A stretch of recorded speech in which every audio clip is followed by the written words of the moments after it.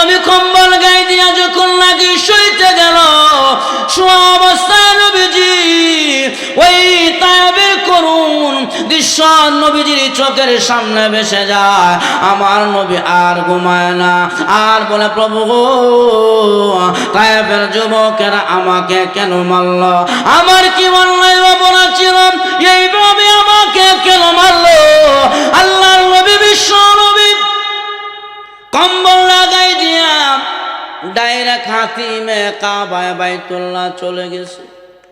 বাইতুল্লাহ যায়া বাইতুল্লাহর কালো গিলাফের মধ্যে দৌড়িয়া আমার নবী বিলাপ করে কান্না করে আর বলে, বাইতুল্লাহ রে, দুশ্মনেরা আমাকে তায়েফে এইভাবে মারলো, তোমার আল্লাহ তখন কোথায় ছিল?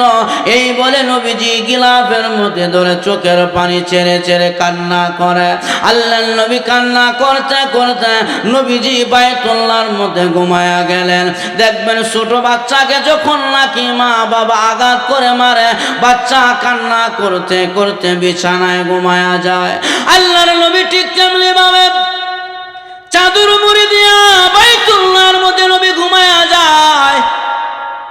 আল্লাহ আদেশ করে, জিবরাইল যাও আমার বন্ধুরে বাইতুল্লাহ থেকে উঠায়া বাইতুল আকসা, বাইতুল মুকাদ্দাসে নিয়ে আসো। আল্লাহর আদেশ পাইয়া জিবরাইল আর মিকাইল দুইজন সাদা বাহনের একটা বুরাক নামক বাহন নিয়া বাইতুল্লাহর সামনে চলে আসে। বাইতুল্লাহর এক পাশে বুরাকটা বাঁধিয়া জিবরাইল আর মিকাইল দুইজন হাতিমে কাবায় ঢুকছে। বাইতুল্লাহর মধ্যে ঢুকিয়া দেখে মুহাম্মদ বাইতুল্লাহর গিলাফে ধরে নবীজি ঘুমায়। আল্লাহর নবী ঘুমায়। জিবরাইল বলে, মিকাইল রে, নবীজিরে ডাক দিয়া সজাগ করো, নবীজিকে উর্দু ভ্রমণে নিয়ে যাওয়া হবে। মিকাইল বলে, 1000 বার মাপ চাই, নবীজির এই আরামের ঘুম ভাঙ্গিয়া আমি নবীজিকে ডিস্টার্ব দিতে পারবো। অত্যন্ত দামি মাস, বরকতি মাস। আল্লাহর নবী সাল্লাল্লাহু আলাইহি সাল্লাম বলছেন, ইদা দাখালা রজব, যখন তোমাদের মধ্যে রজব মাস ঢুকে যায় তখন তোমরা বেশি বেশি করে এই দোয়াটা পড়বা, আল্লাহুম্মা বারিক লানা ফি রজব ওয়া শাবান ওয়া বাল্লিগনা রমাদান। আল্লাহ আমাদেরকে রজব মাসে বরকত দাও, শাবান মাসে বরকত দাও, রমজান পর্যন্ত হায়াত লম্বা করে দাও। এই দোয়াটা নবীজি শিখাইছেন বেশি বেশি পড়ার জন্যে। 2 নম্বরে, এই রজব মাসে একটি ঘটনা ঘটেছে। আল্লাহর নবীকে আল্লাহ তাআলা এই পৃথিবী থেকে দাওয়াত দিয়া উর্দু ভ্রমণে দাওয়াত দিয়া নিয়েছেন, যাকে বলা হয় মেয়ারাজ। এই মেয়ারাজ কিন্তু এই মাসে হয়েছে। কোনো কোনো বর্ণনায় 26 তারিখ দিবাগত রাত, যেটা আজকে পড়ছে, এই তারিখের কথাও আসছে। তবে এই রজব মাসে আল্লাহ তাআলা আল্লাহর নবীকে উর্দু ভ্রমণে দাওয়াত দিয়ে নিয়েছেন, নবীজি মেয়ারাজ করেছেন। এজন্য নবীর জীবনীকে কয়েক ভাগে বিভক্ত করা হয়েছে। আল্লাহর নবীর একটি জীবনী হলো সিরাতুন নবী, নবীর সিরাত, নবীর গুণ নিয়ে আলোচনা। আরেকটি জীবনীকে বলা হয় মিলাদুন নবী, আল্লাহর নবীর জন্ম নিয়ে আলোচনা। আরেকটি জীবনীকে বলা হয় হায়াতুন নবী, আল্লাহর নবী উনার রওজা শরীফে জিন্দা আছেন। আরেকটি জীবনীকে বলা হয় হিজরাতুন নবী সাল্লাল্লাহু আলাইহি ওয়াসাল্লাম, নবীজি হিজরত করেছেন মক্কা থেকে মদিনায়। আরেকটি জীবনীকে হয় মেরাজুন নবী সাল্লাল্লাহু আলাইহি ওয়াসাল্লাম। অতএব আল্লাহর নবী এই মাসে আল্লাহর নবী মেরাজ করেছেন। বাইতুল্লাহ থেকে নবীজিকে দাওয়াত দিয়া উর্দু ভ্রমণে নবীজিকে নিয়ে গেছেন। আরশ, কুরসি, জান্নাত, জাহান্নাম, সিদরাতুল মুনতাহায়, শরীফুল আকলাম, আল্লাহ তাআলা সব কিছু নবীজিকে দেখাইছেন। অতএব এই মুজেজা, এই সম্মান একমাত্র আমাদের নবী মুহাম্মদ সাল্লাল্লাহু আলাইহি সাল্লামকে আল্লাহ দিয়েছেন। আর কোন নবীকে উর্দু ভ্রমণে আল্লাহ দাওয়াত দিয়া নেই। এই জন্য আমার ভাই, আল্লাহর নবী বিশ্ব নবী রাহমাতুল লিল আলামিন, এই পৃথিবী থেকে নবীজিকে আল্লাহ তাআলা উর্দু ভ্রমণে দাওয়াত দিয়ে নিয়েছেন। নবীজি সাল্লাল্লাহু আলাইহি সাল্লাম উনার পালক ছেলে যায়েদ ইবনে হারেসা, এই যায়েদ ইবনে হারেসা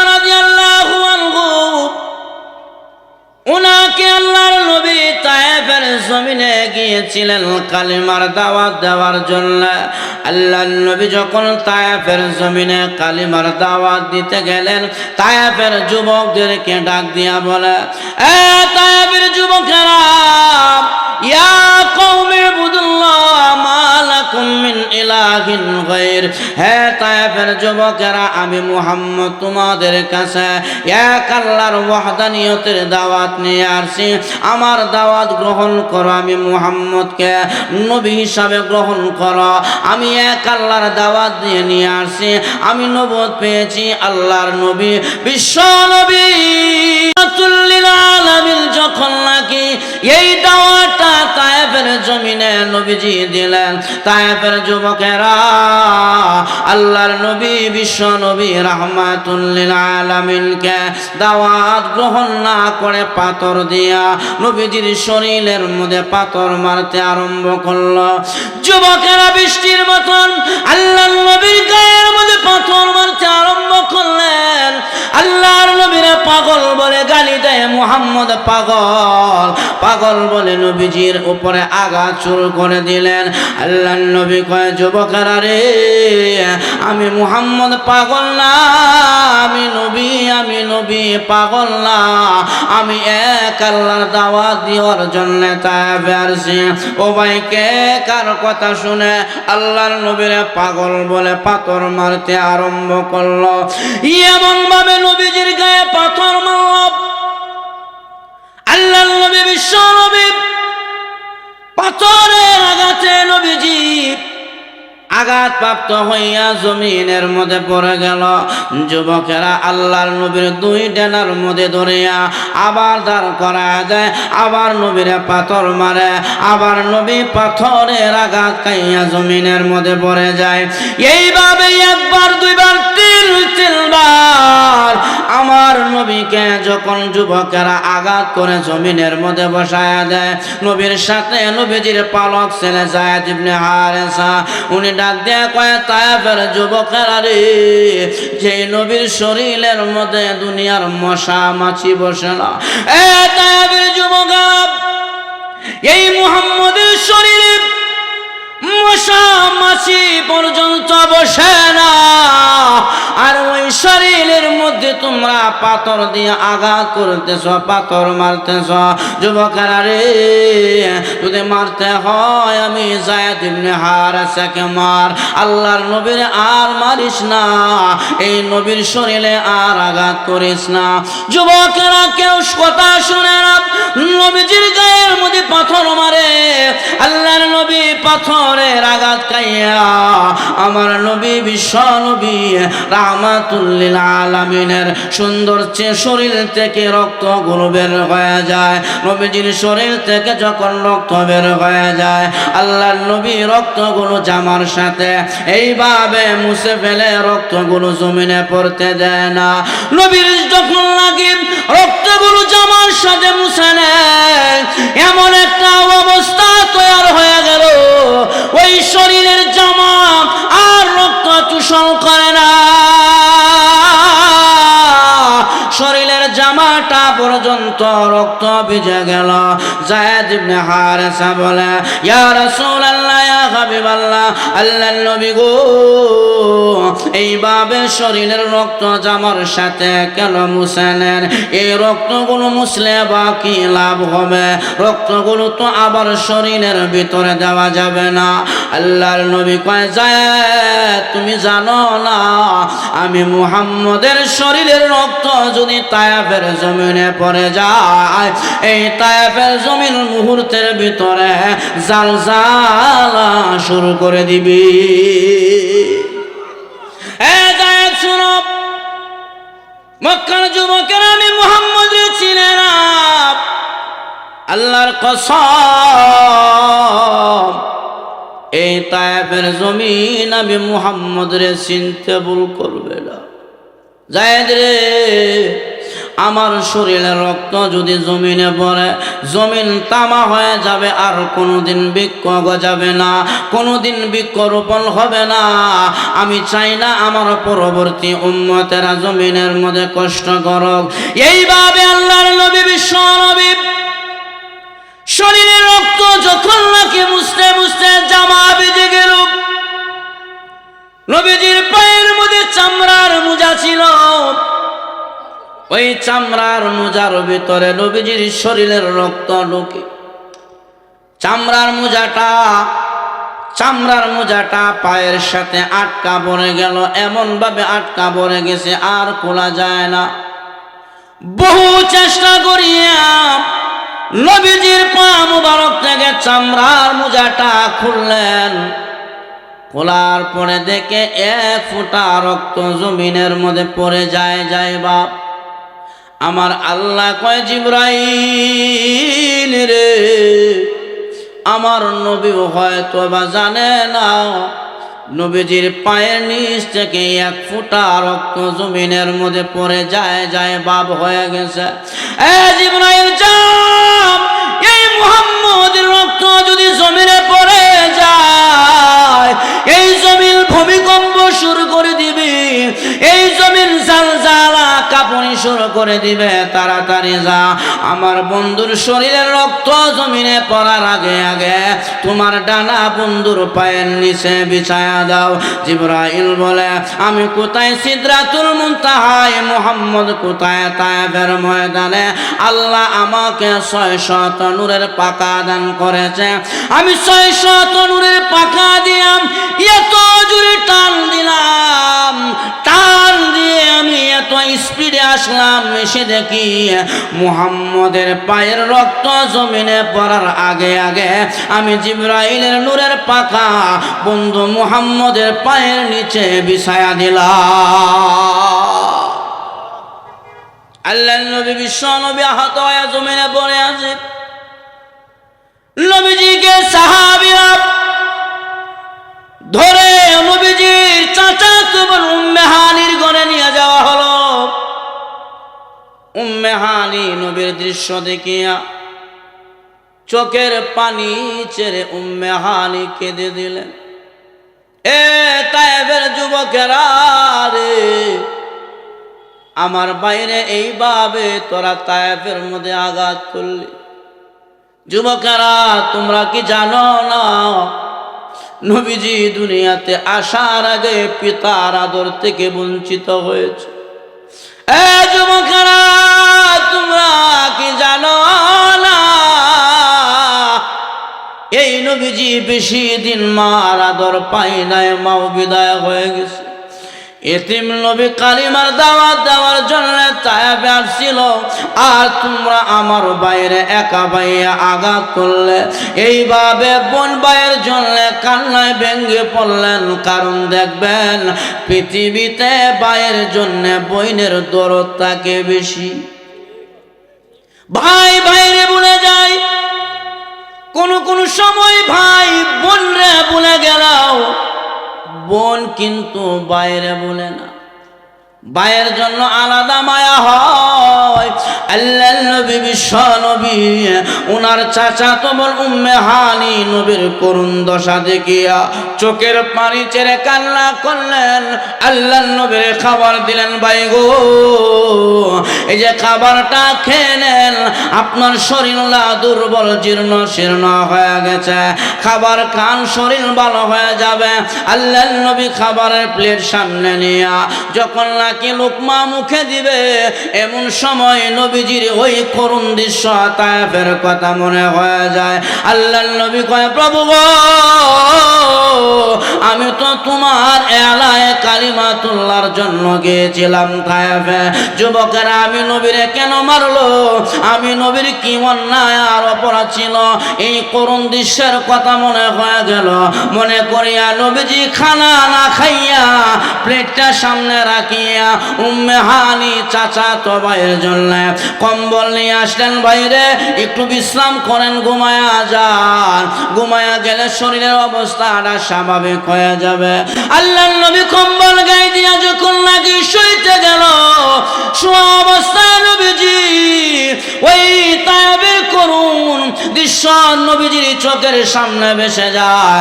আমার নবী আর ঘুমায় না, আর বলে, প্রভু গো, তায়েফের যুবকেরা আমাকে কেন মারল? আমার কি অন্যায় অপরাধ ছিল? এইভাবে আমাকে কেন মারলো? আল্লাহর নবী বিশ্ব নবী কম্বল লাগাই দিয়া ডাইরেক্ট হাতিমে কাবায় বাইতুল্লাহ চলে গেছে। বাইতুল্লাহ যায়া বাইতুল্লাহর কালো গিলাফের মধ্যে দৌড়িয়া আমার নবী বিলাপ করে কান্না করে আর বলে, বাইতুল্লাহ রে, দুশ্মনেরা আমাকে তায়েফে এইভাবে মারলো, তোমার আল্লাহ তখন কোথায় ছিল? এই বলে নবীজি গিলাফের মধ্যে ধরে চোখের পানি ছেড়ে ছেড়ে কান্না করে। আল্লাহর নবী কান্না করতে করতে নবীজি বাইতুল্লাহর মধ্যে ঘুমায়া গেলেন। দেখবেন ছোট বাচ্চাকে যখন নাকি মা বাবা আঘাত করে মারে, বাচ্চা কান্না করতে করতে বিছানায় ঘুমায়া যায়।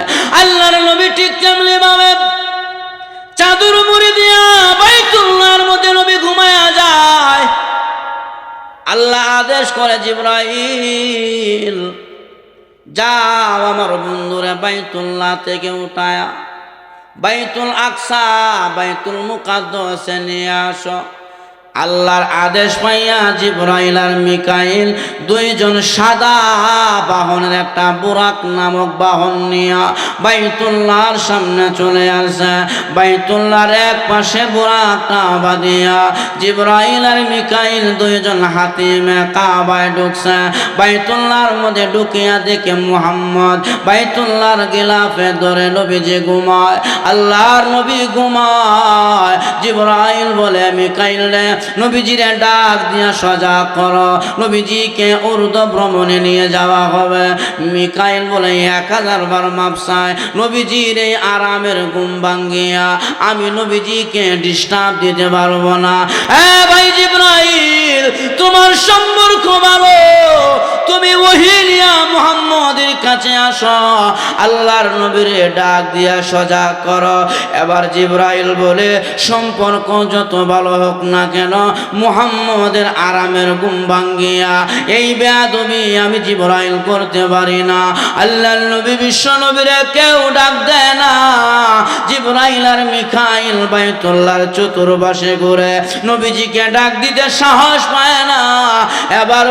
এবার জিবরাইল আলাইহিস সালাতু ওয়াস সালাম তাফসীরে রুহুল মানির এক বর্ণনায় লেখা হয়, জিবরাইল আলাইহিস সালাতু ওয়াস সালাম আল্লাহর নবীর পিছনে যাইয়া নবীজির পা মুবারকের মধ্যে উনার গাল মুবারক লাগায়া দেয়। দেখবেন মানুষের গাল আর কান অনেক সময় ঠান্ডা থাকে, নবীজির পায়ের মধ্যে যখন লাগে জিবরাইলের গাল লাগায়া দেয়, আল্লাহর নবী ঠান্ডা অনুভব করিয়া ঘুম থেকে উঠিয়ে তাকায়া দেখে পায়ের কাছে জিবরাইল বসা। নবী কয়, জিবরাইল রে, মনে হয় তোমার গাল আমার পায়ের মধ্যে লাগায়া দিছ। জিবরাইল, তুমি রহমতের ফেরেশতাদের সরদার হইয়া তোমার গাল কেন আমার পায়ের মধ্যে লাগায়া দিলি? জিবরাইল বলে, পয়গম্বর গো, এই গালের চাইতে গো আপনার কদম মুবারকের দাম আসমানওয়ালার কাছে অনেক বেশি।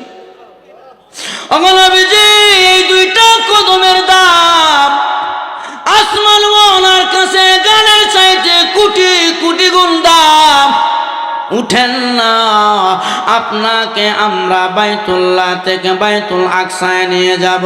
আল্লাহর নবী বিশ্ব নবী রাহমাতুল লিল আলামিনকে বাইতুল্লাহ থেকে বের করিয়া হাতিমে কাবার পাশে জমজমের পাশে নিয়া আল্লাহর নবীর জমিনের মধ্যে চিৎ করে শোয়াইয়া নবীজির সিনাটা বাড়িয়া আল্লাহর নবীর বিছানাটা জমজমের পানি দিয়া সুন্দর করে পরিষ্কার করে। এই জন্য বাজ উলামারা লিখেছে, হাউজে কাউসারের পানির চাইতে জমজমের পানি আল্লাহর কাছে দামি, কারণ জমজমের পানি দিয়া নবী মুহাম্মদের সিনাটা হযরতে জিবরাইল ধৌত করেছি। খারাপ লাগতেছে না? খারাপ লাগতেছে? আল্লাহর নবী বিশ্ব নবীর পুরাটা সিনা ধৌত করলেন। ঊর্ধ্ব ভ্রমণে যাওয়ার জন্য উপযুক্ত বানাইলেন নবীকে। এবার আল্লাহর নবী বিশ্ব নবী উনার সিনাটা আবার জিবরাইল মিলায়া দিলেন। ওখান থেকে পৃথিবীর বিজ্ঞানীরা 1400 বছর আগের মুহাম্মদের সিনা যে শক্কে সদর করা হলো, ওই শক্কে সদর নবীজির সিনা যে পারলেন জিবরাইল, বিজ্ঞানীরা বিজ্ঞান চালাইয়া কোরআন থেকে রিচার্জ করে করে আজকে আমাদের সমাজে ওপেন হার্ট সার্জারি করা হয়, মানুষের সিনা ফেলে দেওয়া হয়, অপারেশন করা হয়। বিজ্ঞানীরা পরীক্ষা করেছে মানুষের সিনা পারলে মানুষ মরে না। এর জ্বলন্ত প্রমাণ হলো আখেরি নবী মুহাম্মদুর রাসূলুল্লাহ। 1400 বছর আগে মুহাম্মদ নামক ব্যক্তির সিনা ফাড়লেন, আবার মিলাইয়া দিলেন, উনি জীবিত ছিলেন। বিজ্ঞানীরা বিজ্ঞান চালাইয়া কোরআন থেকে রিচার্জ করে বের করেছে। আজকের সমাজে ওপেন হার্ট সার্জারি হয়। এটা একমাত্র নবীজি মেরাজে যাওয়ার সময় সিনা যে ফিরেছিল, ওখান থেকে তারা রিচার্জ করে বের করেছে। আল্লাহর নবী বিশ্ব নবী রাহমাতুল আলামিনের সিনাটা মিলাইয়া দিলেন। এবার নবীজিকে সাদা বাহন ওই বুরাকের মধ্যে নবীজিকে উঠাইলেন। আল্লাহর নবীর বুরাকটা সাদা, মাঝে মাঝে অন্য কালার। নবীজির বুরাকের এত গতি ছিল, বিদ্যুৎ চমকাইলে লক্ষ লক্ষ মাইল দূরে যেমন ভাবে চলে যায়। আমার নবীজির যে বুরাকের মধ্যে আরোহণ করলেন, ওই বুরাকটা মুহূর্তের ভিতরে হাজারো লক্ষ মাইল দূরে চলে যাইত। বুরাকে নবীজিরা উঠাইলেন। জিবরাইল কয়, নবী আপনি শুভ চেয়ারের শুভ যাত্রী, আমি জিবরাইল ড্রাইভার, মিকাইল আপনার পিছনে হেল্পার। ওগো নবী, আপনাকে ঊর্ধ্ব ভ্রমণে নিয়ে যাওয়া হবে এখান থেকে বাইতুল আকসা। এবার আল্লাহর নবী নিয়ে জিবরাইল সেই বুরাকের মধ্যে ছড়াইয়া বুরাক যখন ছাড়লেন, নবীজির বুরাকটা যখন আস্তে আস্তে উপরে উঠতে শুরু করলেন, তাকায়া দেখে বুরাকের দুইটা পা আস্তে আস্তে গোটায়া নেয়। আবার যখন বুরাক বিরতি দেয়, দুইটা পা বুরাক মেলে দেয়, ছেড়ে দেয়। ওখান থেকে বিজ্ঞানীরা রিচার্জ করে, আজকের সমাজের বিজ্ঞানীরা রিচার্জ করে করে বিমান বানাইলো। দেখবেন বিমান যখন জমিন থেকে এইভাবে উঠে, আসমানে ওঠার সময় যত উপরে ওঠে, তখন আস্তে আস্তে সামনের চাকাগুলো উঠায় নেয়। আবার যখন বিমানটা ল্যান্ড করে জমিনে নামায়, তখন আস্তে আস্তে সামনের চাকাগুলো ছেড়ে দেয়। বিজ্ঞানীরা রিসার্চ করেছে মুহাম্মদের বুরাক আসমানে ওঠার সময় পাগুলো গুটায় দিত, আবার নিচে নামানোর সময় পাগুলো ছেড়ে দিত। এই বিজ্ঞান চালাইয়া তারা বিমান তৈরি করেছে, বিমান বানাইলেন। আল্লাহর নবী বুরাকের মধ্যে ওঠার পর নবীজির বুরাক চলতে আরম্ভ করেছে। কিছু দূর যাওয়ার পর বুরাকটা জিবরাইল ল্যান্ড করলেন, বিরতি দিলেন। এমন একটা জায়গায় বিরতি দিলেন, ঘন ঘন খেজুর গাছ দেখা যায়। আল্লাহর নবী বিশ্ব নবীকে ওই জায়গায় নামাইলেন। নামানোর পর জিবরাইল নবীকে ডাক দিয়া বলে, মুহাম্মদ সাল্লিহুনাকা রাকাতাইন, আপনি 2 রাকাত নামাজ পড়ে এলেন। আল্লাহর নবী 2 রাকাত নামাজ পড়লেন। জিবরাইলকে নবী জিজ্ঞাসা করে, আরে জিবরাইল, এটা কোন জায়গায় আমাকে বিরতি দিলা? জিবরাইল কয়, নবী এটা হলো ইয়াসরফে আপনার বিরতি দিলাম। আল্লাহর নবী কয়, জিবরাইল ইয়াসরফ মানে তো রোগ বেমারের জায়গা, কলেরা বসন্তর জায়গা, এই জায়গায় রোগ বেমার বেশি হয়, এই জায়গায় আমাকে কেন নামাইলা, বিরতি দিলা? জিবরাইল কয়, পয়গম্বর গো, অল্প কিছুদিন পরে মহান আল্লাহ আপনাকে হিজরত করে এই জায়গার মধ্যে নিয়ে আসবে। আল্লাহ নবী কয়, জিবরাইল রে, এই রোগ বেমারের জায়গার মধ্যে আল্লাহ কেন আমার আনবে? আল্লাহ কি আর জায়গা আমার জন্য পাইল না? জিবরাইল কয় নবী এই জায়গায় আসলে রোগ বেমার থাকবে না, আপনার কদম মোবারকের বরকতে এই জায়গা হয়ে যাবে মদিনাতুর রাসূল সোনার মদিনা। নবীর বরকতে জায়গা কি হয়ে যাবে? সোনার মদিনা হয়ে যাবে। এর সব থাকবে না, রোগ বেমার সব হে খাই বলে লেখায় আল্লাহ দৌড়াই দিব। আপনার পদদলিতে এই জায়গা হয়ে যাবে হ্যাঁ মদিনাতুর রাসূল সোনার মদিনা। আজকে মদিনা কত সুন্দর, যেরকম ঠিক কিনা? বিশ্ব নবী রাহমাতুল লিল আলামিন আবার দ্বিতীয়বারের মতন বুরাকে নবীকে উঠানো হলো। নবীজি দ্বিতীয়বার বুরাকের মধ্যে উঠলেন। ওঠার পরে বুরাক সামনে চলতে আরম্ভ করছে। কিছু দূর যাওয়ার পর আল্লাহ নবীর এক বুড়া বেটা ডাক দেয়, মুহাম্মদ। জিবরাইল কয় নবী বুড়ার ডাকে জবাব দিয়েন না। আর একটু সামনে গেল, বুড়া বেডি নবীর ডাক দেয় মুহাম্মদ বলে। জিবরাইল কয় নবী বুড়া বেডির ডাকে জবাব দিয়েন না। আর একটু সামনে গেল, একজন তরুণী যুবতী নবীজিকে মুহাম্মদ বলে ডাক দেয়। আল্লাহর নবীর জিবরাইল কয় নবী ডাক দিয়েন না। নবীজি বুরাকের মধ্যে শোয়ার অবস্থায় আছে। বুরাক সামনে চলতে লাগলেন। কিছু দূর যাওয়ার পর আরেকটি জায়গার মধ্যে বুরাক ল্যান্ড করলেন, বিরতি দিলেন। আর নবীকে বললেন নবী আপনি 2 রাকাত নামাজ পড়ে আলেন। আল্লাহর নবী 2 রাকাত নামাজ পড়লেন। আর বললেন জিবরাইল আমাকে আমার কোন জায়গায় নামাইলাম? জিবরাইল কয় নবী এটা তুরে সিনা, যে তুর পর্বতে মুসা নবী দাঁড়াইয়া আল্লাহর সাথে কথা বলছেন, এটা তুরে সিনা, তুর পর্বত। এবার নবী কয় জিবরাইল রে আমার বুড়া বেটা ডাক দিছে কেন? এই বুড়া বেটাকে? জিবরাইল কয় নবী এটা হলো ইবলিস। ইবলিস শয়তান আপনার ডাক দিছে। আপনি তার ডাকে যদি জবাব দিতেন, আপনার উম্মতেরা ইবলিসের গুমরায় আরো বেশি গুমরা হয়তো। না দিয়া ভালো করছেন। এ জিবরাইল বুড়া বেটি যে আমার ডাক দিল, বুড়া বেটিকে। আল্লাহর নবীর জবাবে জিবরাইল কয় নবী গো এই বুড়া বেটি হলো আপনার উম্মতের বদামল। এ নবী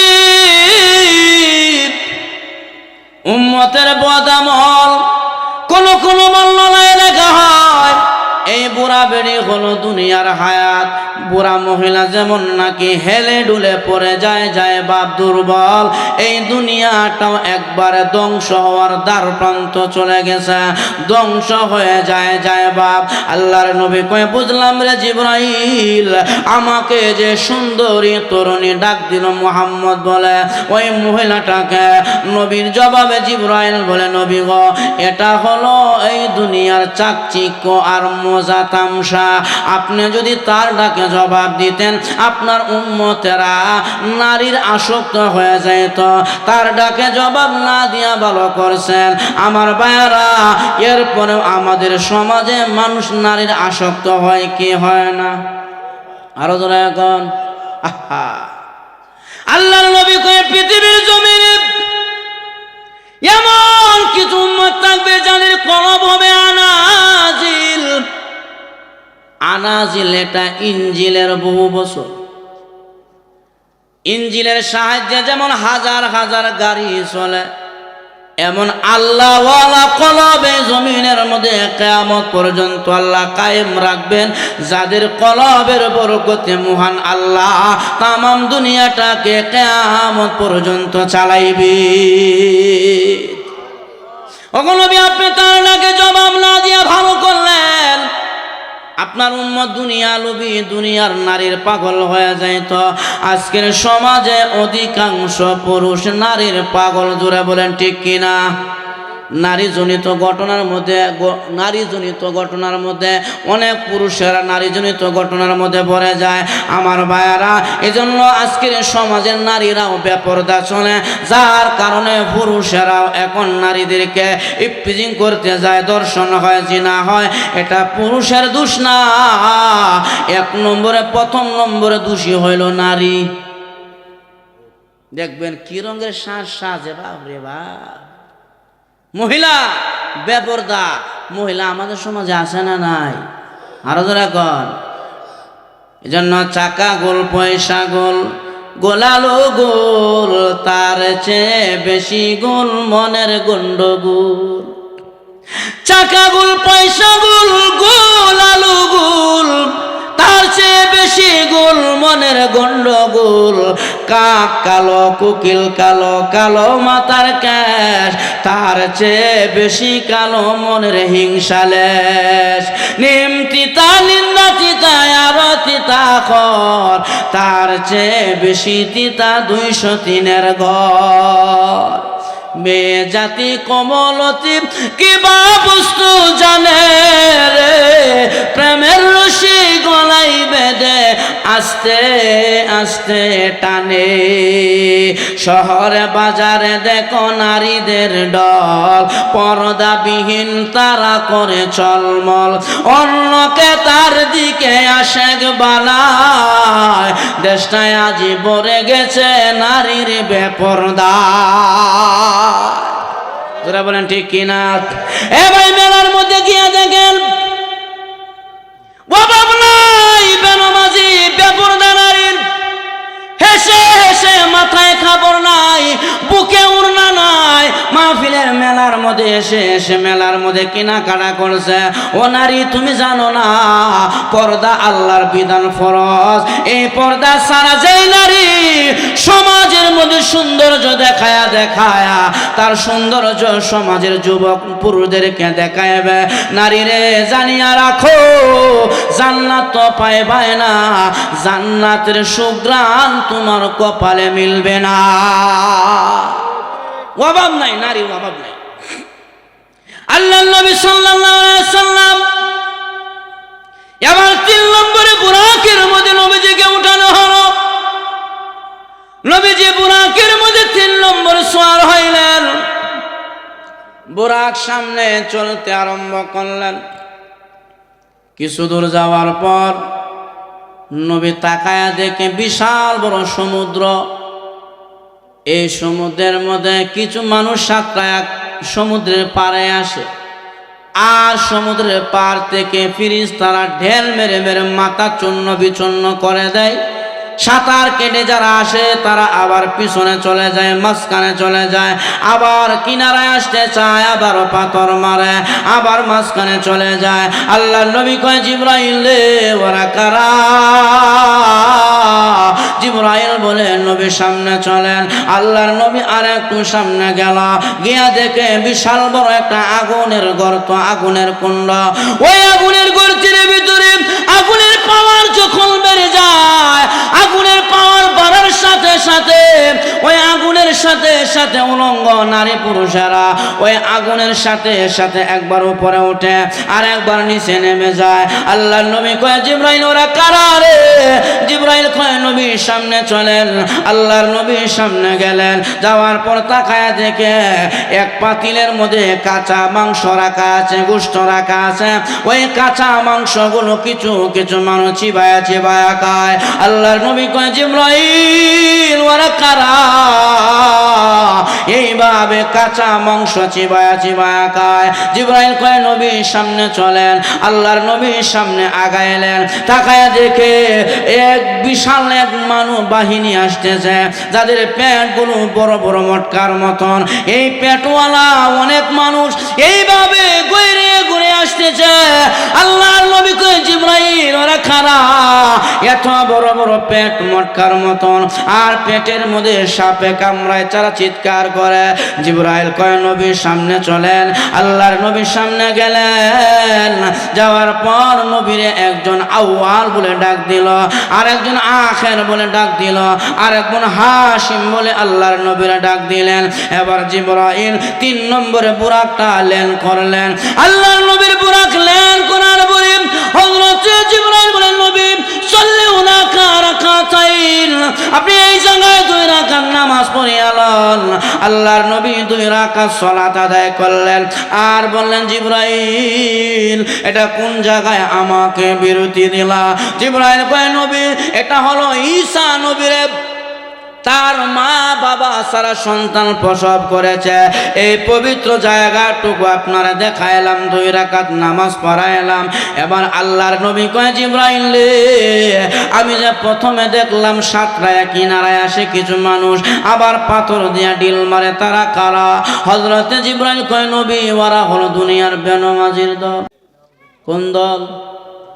আরো জোরে এখন। যুবক, আজকে নামাজে আসো না। যুবক রে, ফজরের টাইমে তোমার ঘুম ভাঙে না।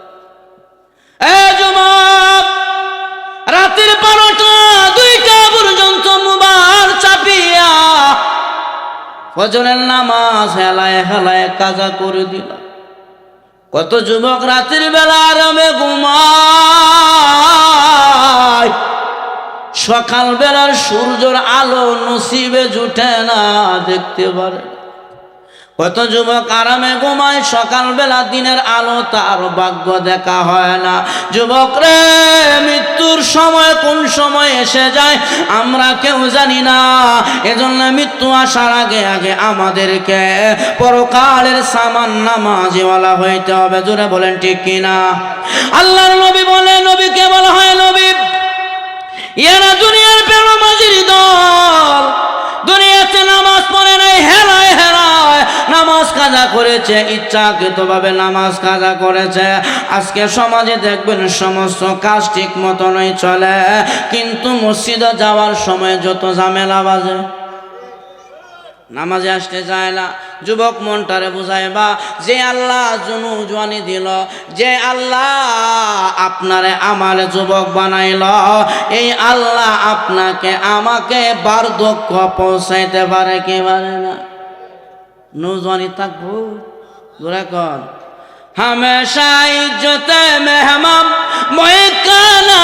नमी मानद अगर मानद सभी मानद सभी दिगर नमी मानद मेहमाনের ইজ্জত যেমন মেজবানের বাড়িতে 3 দিনের উপরে থাকে না। ও যুবক ভাইয়ারা, এই যৌবনের গাছে যে গোলাপ ফুলটা ফুটলো, এই ফুলটা আজীবন তরু তাজা থাকবে না। আস্তে আস্তে ওই গোলাপ ফুলটা এক সময় দেখবেন ফোটা হয়ে যাইবে।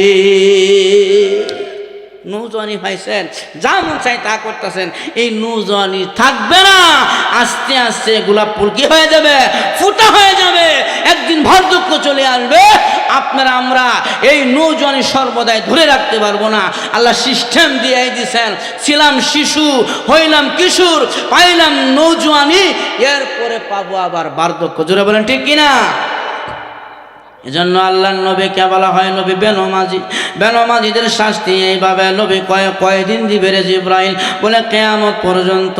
আল্লাহর নবী কয়, জিবরাইল আর একটু সামনে গেলাম, গিয়ে দেখলাম আগুনের কুণ্ড, আগুনের গর্তের ভিতর থেকে নারী পুরুষেরা উলঙ্গ অবস্থায় উপরে উঠে আবার নিচে নামে। ওরা কারা? আল্লাহর নবীর জিবরাইল জানায় দেয়, নবী গো, ওরা হলো দুনিয়ার পরকীয়ার দুষ্টি। এরা দুনিয়ার পরকীয়ার নারী পুরুষ। আমাদের সমাজে পরকীয়া আছে না নাই? আর এখন ও অবিবাহিতরা করলেও মনটারে মানে নেন, যা যৌবনের ধারণাই করছে। কিন্তু বিবাহিত নারী আর পুরুষ যখন পরকীয়া লিপ্ত হয়, তখন আর মনটারে মানায় নেওয়া যায় না। বিদেশ গেছে একেবারে বলতে, এইবার বল লগে আরেকবার পরকীয়া আছে না নাই? অভাব নাই, কত রঙের বিচার আসা যাইতেছে। হুজুর বল হয়ে গেছে আরেকবার, আমি বলে এইবারে জামাই কইব বিদেশ, অভাব নাই। যেরকম আছে না নাই? পরকীয়া ঘরে ঘরে পরকীয়া পৌঁছে গেছে। আজকে পরকীয়া করতেছে, একবার বউ আর একবার লয়ে যাইতেছে গা। হায় হায় রে, এই যে একটা অবস্থা। ও দুনিয়ার পরকীয়ার নারী পুরুষেরা, তোমরা যা পরকীয়ায় লিপ্ত হয়ে গেছো, তোমাদের শাস্তি। আল্লাহর নবী কয়, আগুন যখন উপরে উঠে, পরকীয়া উলঙ্গ নারী পুরুষেরা আগুনের সাথে উপরে উঠে আবার নিচে নামে। আল্লাহর নবী কয়, জিবরাইল কতদিন শাস্তি দিব? বলে কিয়ামত পর্যন্ত।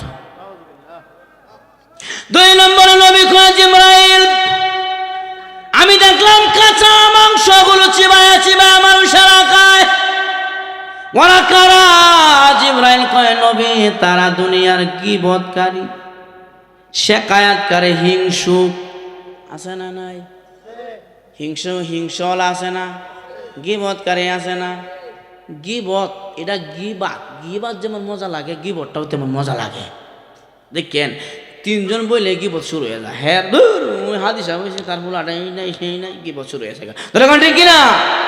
হাসান বসরি রহমতুল্লাহ আলাই উনারে নিয়ে একবার গাছের নিচে বইবে খালি গিবত করে এ হুজুর বালা না এটা এই সেই আবি যাবি।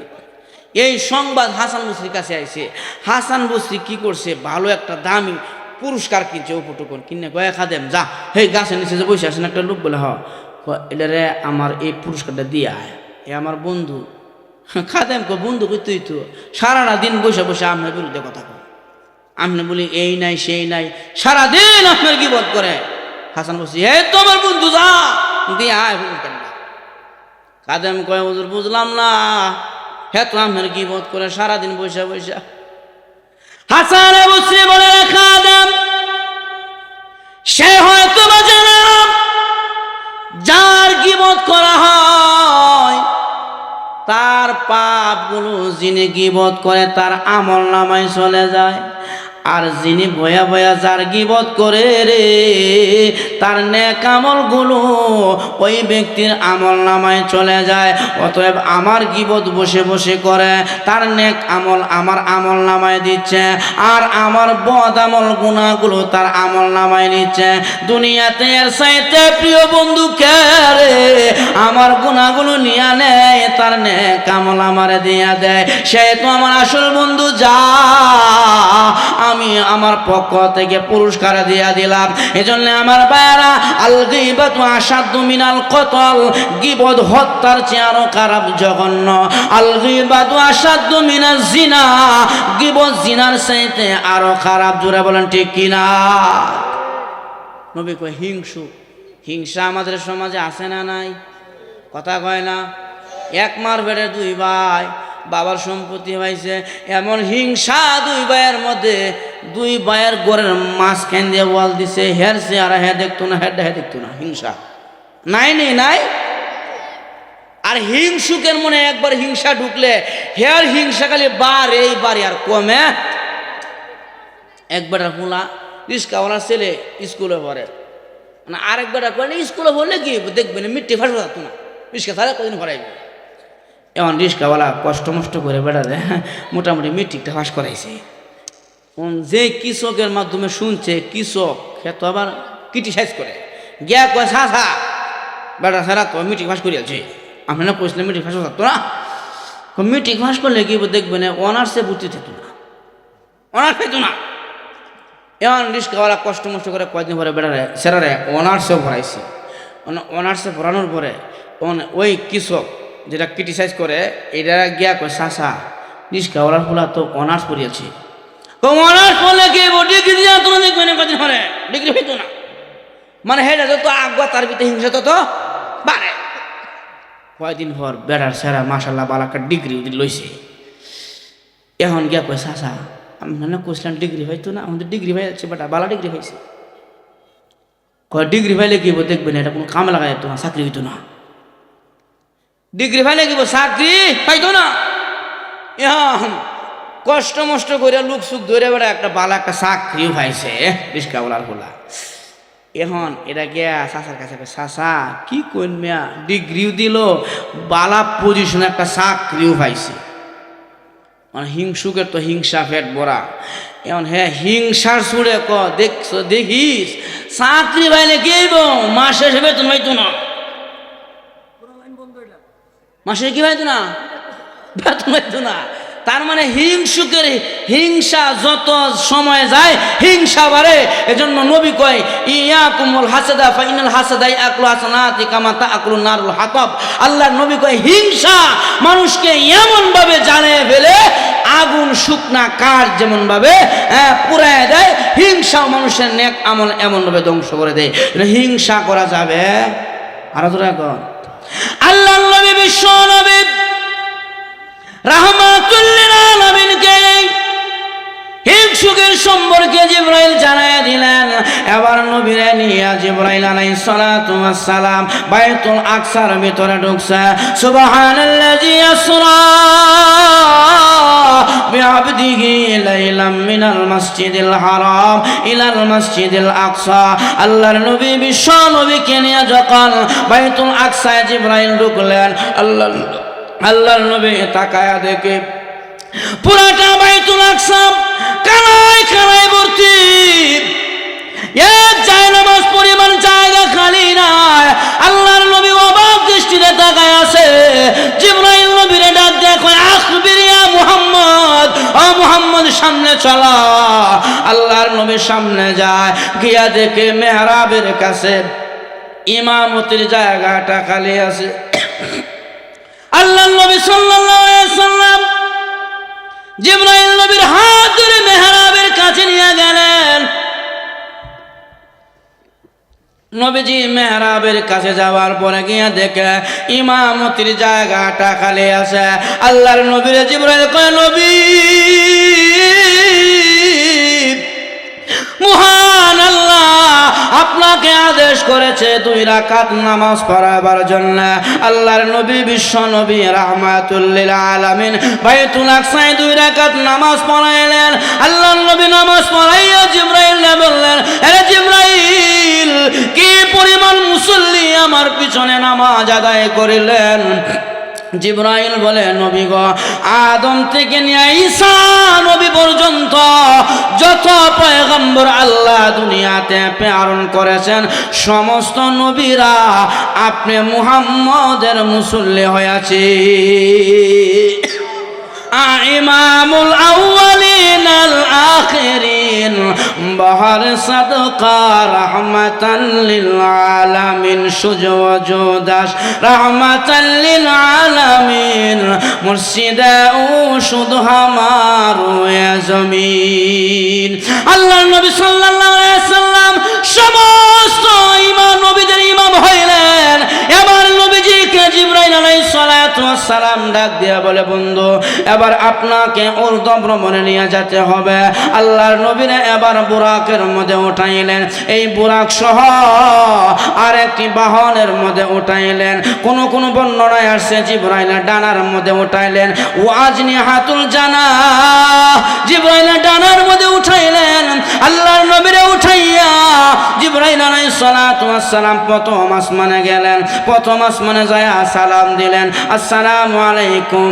আসসালাম দেওয়ার পরে প্রথম আসমানের দায়িত্বশীল ফেরেশতার নাম ইসমাইল ফেরেশতা। ইসমাইল ফেরেশতার অধীনে আরো 12,000 ফেরেশতা আছে।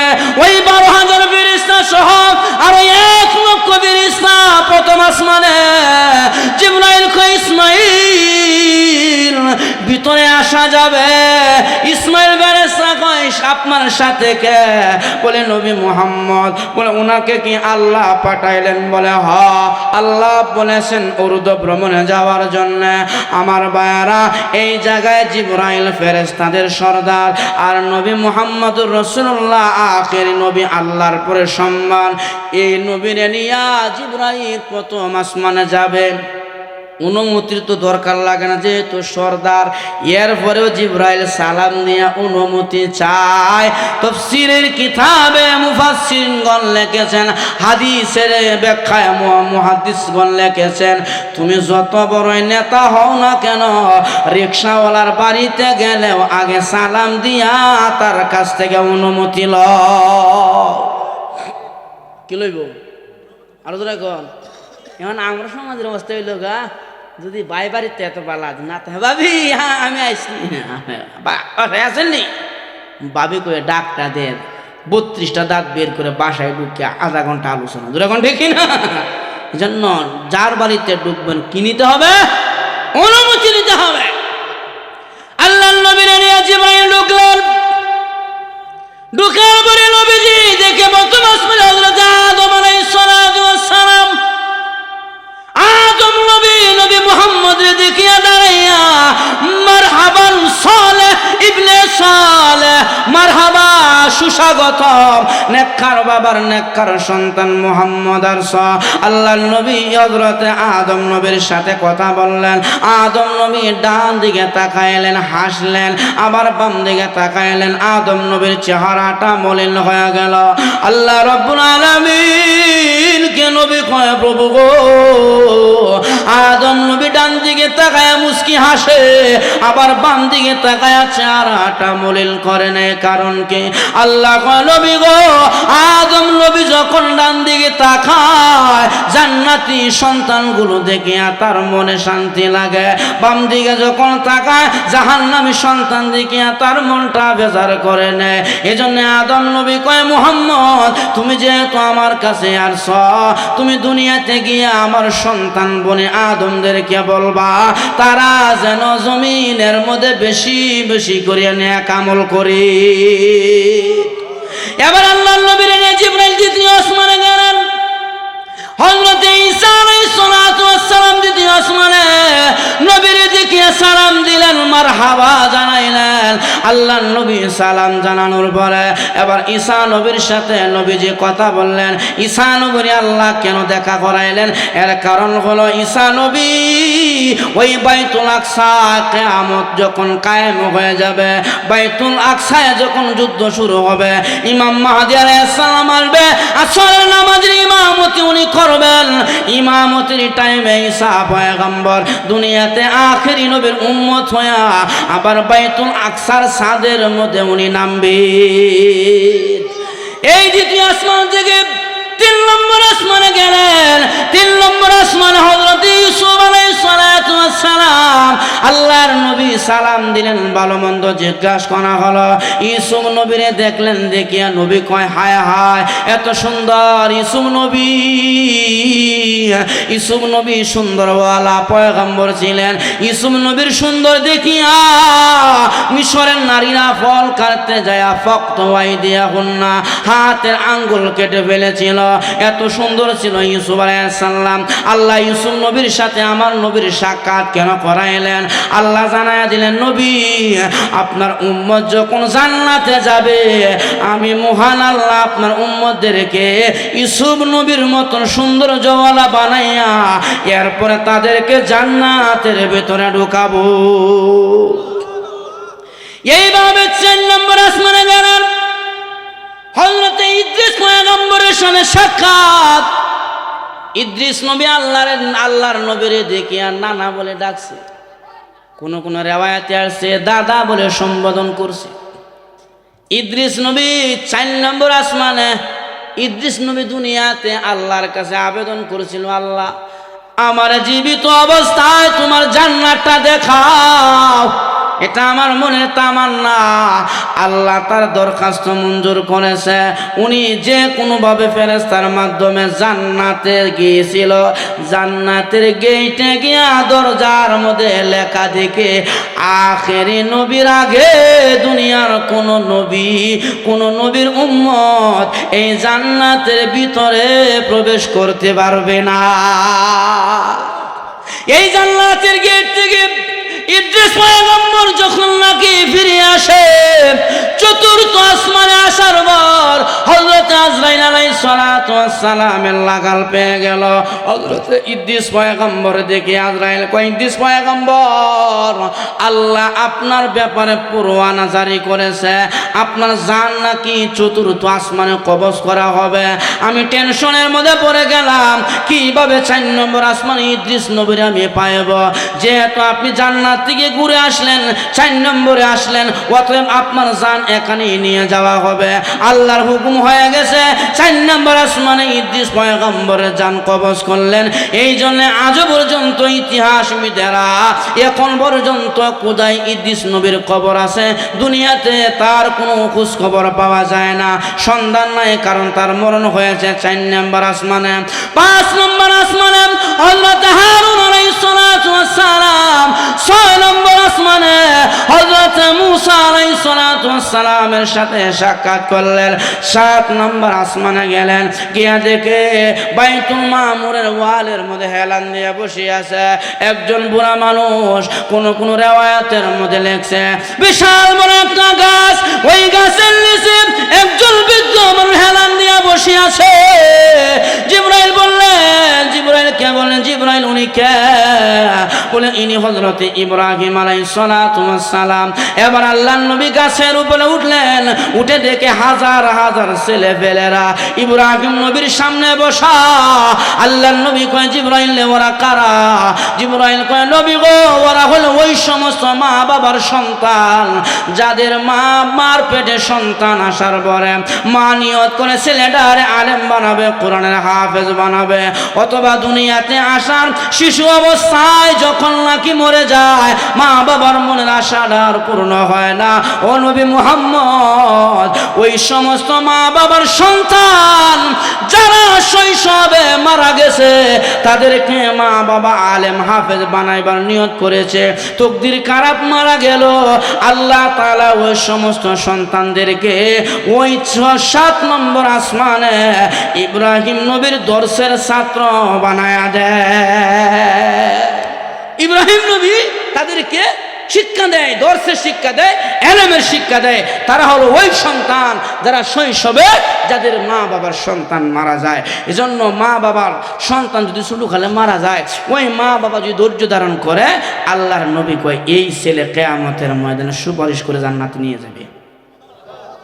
আর যদি মরে যাওয়ার পরে অশাক্কাল জুয়ুব, দরাবাল খুদুদ অশাক্কাল জুয়ুব, মরে যাওয়ার পরে মা কয় ও আল্লাহ, আল্লাহ রে একটা সন্তান দিসলে আবার কেমনে নিয়া গেলে? এই বলে মাটিতে খামসায় জামা ছিঁড়ে না, চুল ছিঁড়ে আসে না নাই, এম যদি হাই হুতাশ করে আর তাফরাতাফরি করে তাহলে জিরো, কিছুই পাইতো না। এজন্য সন্তান মারা গেলে সবরে জামিল, ধৈর্য ধারণ করে, আল্লাহ তোমার দেওয়া মাল দিয়েছিলা, তুমি নিয়ে গেছো, আল্লাহ সন্তুষ্ট, আমি সবর করলাম।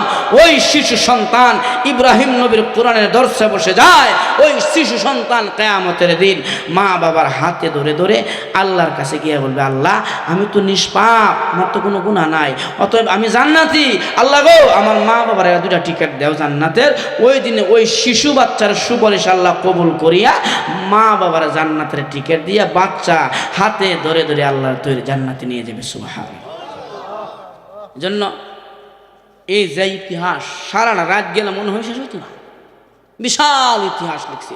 তো আমার ভাইয়ারা, আল্লাহ রাসূল সাল্লাল্লাহু আলাইহি সাল্লামকে 7ম আসমান থেকে সিদরাতুল মুনতাহায় নিয়ে গেলেন, বরই গাছের নিচে।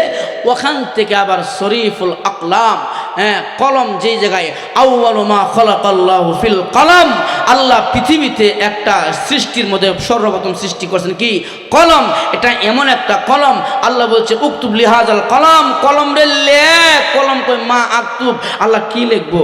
আল্লাহ কই তকদির লেখ, মানুষের তকদির লেখ। কলম তকদির লেখছে, তকদির লেখাও শেষ, জাপ্পাল কলম, কলমের খালিও শেষ। এটাকে বলা হয় শরীফুল আকলাম। এই শরীফুল আকলাম আল্লাহ নবীরে দেখাইলেন। এরপরে আল্লাহর কাছে গেলেন, যাওয়ার পরে দেখা হয়েছে কি না এটা নিয়ে আম্মাজান আয়েশার এক বর্ণনা, ইবনে আব্বাসের আরেক বর্ণনা, এটা কোনো সঠিক বর্ণনা পাওয়া যায় না। কথা হয়েছে, নবীর সাথে কথা বলছে, কথা বলে আসার সময় আল্লাহর নবীরে আল্লাহ 50 ওয়াক্ত নামাজ দিছে। কয় ওয়াক্ত? আরো জোরে গণ বালাই ওইগুলো থাকলে কতক্ষণ পরে মুয়াজ্জিন আল্লাহু আকবার আর কাক্কামাতি সরা শুরু হইল। এটা ঠিক না? মুসা আলাইহিস সালামের 6 নম্বর আসমানে দাঁড় করাই দিছে আল্লাহ। নবী 50 ওয়াক্ত নিয়ে আইতাছে, মনটা আমাদের খুব খুশি। মুসা নবী কয়, মুহাম্মদ কি দিছে আল্লাহ? মেহমানদারি করছে। কয় আল্লাহ অনেক মেহমানদারি করছে, অনেক কিছু দিছে, তবে স্পেশাল 50 ওয়াক্ত নামাজ দিছে। মুসা আলাইহিস সালাম কয়, আহা 50 ওয়াক্ত নিয়ে আয় বলছেন আপনি, উম্মত 50 ওয়াক্ত নামাজ পড়বো?